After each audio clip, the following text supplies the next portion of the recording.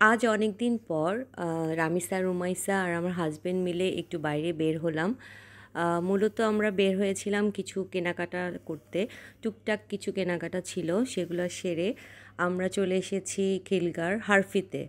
তো এখানে এসেছি মূলত রামিসা, রুমাইসা তারা চাচ্ছিল একটু আসবে, অ্যাজ ইউজুয়াল তারা একটু চিকেন খাবে।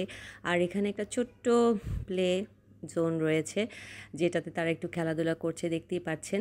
সবচেয়ে মজার বিষয় হচ্ছে যে ওরা যত বড় প্লে জোন বা যেরকম প্লে জোনই যাক না কেন, তারা সেটার সাথে একদম মিশে যায়।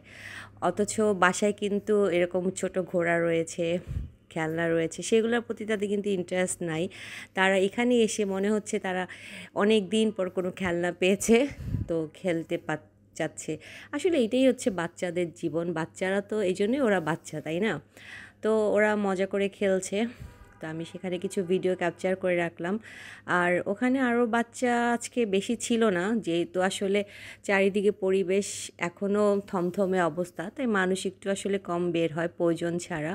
আমাদের একটু দরকার ছিল দেখে আজকে আমরা বের হয়েছি। আর এই তো তাদের খাবার চলে এসেছে, তারা নিজেরাই ওপেন করছে। আজকে তারা চিকেন নাগেট খেতে চেয়েছে, ফ্রেঞ্চ ফ্রাই খাচ্ছে। আমরা একটা কিডস মিল অর্ডার করেছিলাম, আর আমরা একটা র্যাপ আর চিকেন ফ্রাই অর্ডার করেছিলাম। তো এই তো খাওয়া দাওয়া শেষ করে তারা দুই মেয়ে বাবার হাত ধরে নেমে যাচ্ছে। এটা আসলে অনেক মজার, বাবার সাথে আসাটা অনেক আনন্দের। তো সবাই ভালো থাকবেন, রামিসা, রুমাইসা আমাদের সবার জন্য দোয়া করবেন, আর সবাই সুস্থ নিরাপদে থাকেন। আল্লাহ হাফেজ।